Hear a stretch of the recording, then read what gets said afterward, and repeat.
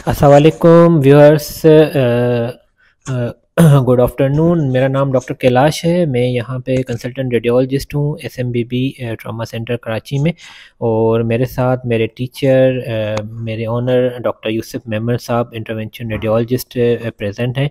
और आज हम जिस टॉपिक पे आप आवाम की जो क्वेरीज़ हैं उसके लिए आपको आगाही भी देंगे और कुछ क्वेश्चन भी जो काफ़ी पेशेंट मुझसे पूछते हैं उसके लिए भी मैं सर को आज मैंने टाइम लिया है सर से कि सर हमें उसकी भी नॉलेज दें कि जो बच्चेदानी की रसोली होती है जिसको यूट्राइन फाइब्रॉयड कहते हैं उसके हवाले से इंटरवेंशन रेडियोलॉजी एक जो कुछ प्रोसीजर्स हैं वो बहुत ही बेनिफिशियल हैं और आजकल वो सर्जरी की रिप्लेसमेंट है। पास्ट ईयर्स में यही होता था कि जब रसोली होती थी यंग एज में तो यही टेंशन होता था कि अब सर्जरी होगी, सर्जरी से फिर बच्चेदानी पे असर आएगा तो अब बच्चा पैदा करने की जो गुंजाइश है वो कम हो जाती थी।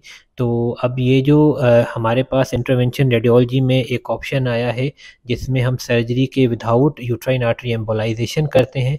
तो उसके लिए मैं आज सर से उसके हवाले में कुछ क्वेश्चन करूँगा कि सर वो उसके सक्सेस रेट क्या हैं, उसकी तैयारी क्या होती है और सर ये प्रोसीजर करने के बाद क्या बेनिफिट हो सकते हैं अनमेरिड और मैरिड पेशेंट में। और ये जो हम यूट्राइन आर्टरी एम्बोलाइजेशन करते हैं बेसिकली करते कैसे हैं, उस पे कास्ट कितना आता है उसका, और जो प्रोसीजर होने के बाद वो हमल होने का हमल ठहरने के जो परसेंटेज है वो कितनी इम्प्रूवमेंट या इंक्रीज़ हो जाती हैं। क्योंकि ये सारे क्वेश्चन जो मैं सर से पूछ रहा हूँ ये बेसिकली आवाम के और पेशेंट के क्वेश्चन हैं जो मुझसे पूछते रहते हैं। तो आज सर उनके बारे में आपको क्लियरली एक एक स्टेप वाइज बताएंगे। जी सर। हाँ, शुक्रिया कैलाश। कैलाश, आपको पता है कि इंटरवेंशन रेडियोलॉजी एक रिवॉल्यूशन है दुनिया के अंदर, और इसके लोगों लोगों की भी तादाद कम है करने वालों की। तो हमारे पास भी, पाकिस्तान में भी यही है कि हमारे पास ऑपरेटर कम है। बहरहाल जितने भी हैं वो सब अच्छा काम कर रहे हैं। तो फाइब्रॉइड एक आम बीमारी है, 60% खवातीन को फाइब्रॉइड होती है। ठीक है ना। उनमें कुछ, बहुत से लोगों को सिम्टोमेटिक है, कुछ लोगों को नॉन सिम्टोमेटिक है। तो जिनको सिम्टोमेटिक होती है वो परेशान रहते हैं कि अब इसका हम क्या करें। और ये अब जाहिर है, बच्चेदानी की रसोली होती है वो सीधी गायनोकोलॉजिस्ट के पास जाती है। वो गायनोकोलॉजिस्ट को पता भी है कि फाइब्रॉइड की एम्बोलाइजेशन होती है, सर्जरी की ज़रूरत नहीं है, लेकिन फिर भी वो इंसिस्ट करती हैं कि आप सर्जरी कराएं। और कुछ ऐसी हैं जो एथिकली प्रैक्टिस करती हैं, वो कहती हैं कि एम्बोलाइजेशन कराएं। बहुत कम है ऐसी गायनोकोलॉजिस्ट। तो इनकी एम्बोलाइजेशन का तरीका वही है कि हम फाइब्रॉइड को अल्ट्रासाउंड पर, एमआरआई पर कंफर्म कर लेते हैं पहले, और फिर उसकी जो है ना सिम्टोमेटोलॉजी देखकर हम उसको कैथ लैब में टाइम देते हैं, और एंजियोग्राफी के ज़रिए दोनों यूट्राइन आर्टरीज को देखते हैं, मेडिसिन कंट्रास्ट देकर, और दोनों में कैथेटर वायर डाल के और एम्बोलाइजिंग एजेंट डाल देते हैं। विद इन ये कम से कम 2 मिनट से लेकर 10 मिनट के हार्डली प्रोसीजर है, इससे ज़्यादा इसमें टाइम नहीं लगता। और पेशेंट 4 घंटे यहाँ स्टे करके 5 घंटे के बाद घर जा सकती है। और ऐसे पेशेंट की जो बच्चे पैदा करने की कैपेसिटी है वो रिटेन रहती है, क्योंकि हम एंडोमेट्रियम को तो छेड़ ही नहीं रहे, वो बिल्कुल अपनी जगह पर है। और सिर्फ उसका फाइब्रॉइड का बल्क कम करते हैं, उसका साइज़ कम कर देते हैं, उसकी जो रिएक्टिविटी है, एंडोक्राइनोलॉजिकल एक्टिविटी है, वो कम कर देते हैं। उसके बाद ये होता है कि बच्चा गिरता है फाइब्रॉइड की वजह से, तो वो भी ख़त्म हो जाता है। बच्चा गिरने की कोई उसके अंदर वो ऐसी साइड इफ़ेक्ट नहीं रहते, और बच्चा पैदा करने की सलाहियत भी निस्बतन बढ़ जाती है। तो ऐसे मरीज़ जो है ना वो इस होप के साथ ज़रूर कराएं। एक तो उनके सिम्टम्स ख़त्म हो जाएंगे बगैर सर्जरी के, दूसरा ये कि वो अपनी रिप्रोडक्टिव लाइफ भी अच्छी इंजॉय कर सकते हैं। और वो एक सेक्सुअल लाइफ होती है, उसमें भी डिस्टर्बेंस होती है। जब इतने हैवी मेंसेस, पेन वगैरह चल रहे हो, तो वो क्या अपनी लाइफ गुजारेगी अपने हस्बैंड के साथ। तो ये चीज़ें जब सेट होगी तो हस्बैंड के साथ भी अपना टाइम ज़्यादा देगी, ज़्यादा से ज़्यादा उसके सेशंस होंगे अपने हस्बैंड के साथ जो होते हैं इनफर्टिलिटी को बढ़ाने के लिए। तो वो डेफिनेटली जब उसके सेशंस बढ़ेंगे तो वो बच्चे भी इंशाल्लाह उसके प्रेगनेंसी भी रिटेन करने की उसकी जो है ना ताकत बढ़ जाएगी। दूसरा, आपने ये कहा कि ये इसकी कॉस्ट कितनी, कॉस्ट इसकी देखें, मायोमेक्टमी कराएं या सर्जरी कराएं या कुछ भी कराएं, आपके लाख रुपए तो उसमें भी लग जाते हैं, सब कुछ मिला के, हॉस्पिटल, एनेस्थीसिया, सर्जन, और फिर आप बेड पर पड़े हुए हैं 8 से 10 दिन, वो अलग है, और उसकी कॉम्प्लिकेशन कोई हो गई तो वो भी अलग बात है। और माइमेक्टमी के बाद यूट्राइन फाइब्रॉइड दोबारा रीग्रो होने के उसके बहुत ज़्यादा चांसेस हैं। और फाइब्रॉइड को अगर हमने एम्बोलाइजेशन कर दिया तो उसकी रीग्रो होने की या रिकरेंस होने के चांसेस ना होने के बराबर है। तो ये फाइनल एंड बिल्कुल क्लोज अप ट्रीटमेंट है। इसमें फिर इंशाल्लाह उसको ज़रूरत नहीं पड़ेगी कि दोबारा आए वो हमारे पास। और आपने पूछा कि कॉस्ट डेफिनेटली इसकी हमने इतनी ज़्यादा नहीं रखी। ये जितना सर्जन लेते हैं उससे 25-50 हज़ार रुपये ऊपर होगी ज़्यादा से ज़्यादा। और इसके अलावा कोई और डॉक्टर्स हैं जो 3-3, 4-4, 5-5 लाख रुपए इस प्रोसीजर के लेते हैं। हम उतना नहीं लेते, गरीब की जेब पर इतना वो नहीं बोझ डालना चाहिए। तो हम कोशिश करते हैं कि वो अपने बजट के अंदर हमसे आके करा ले।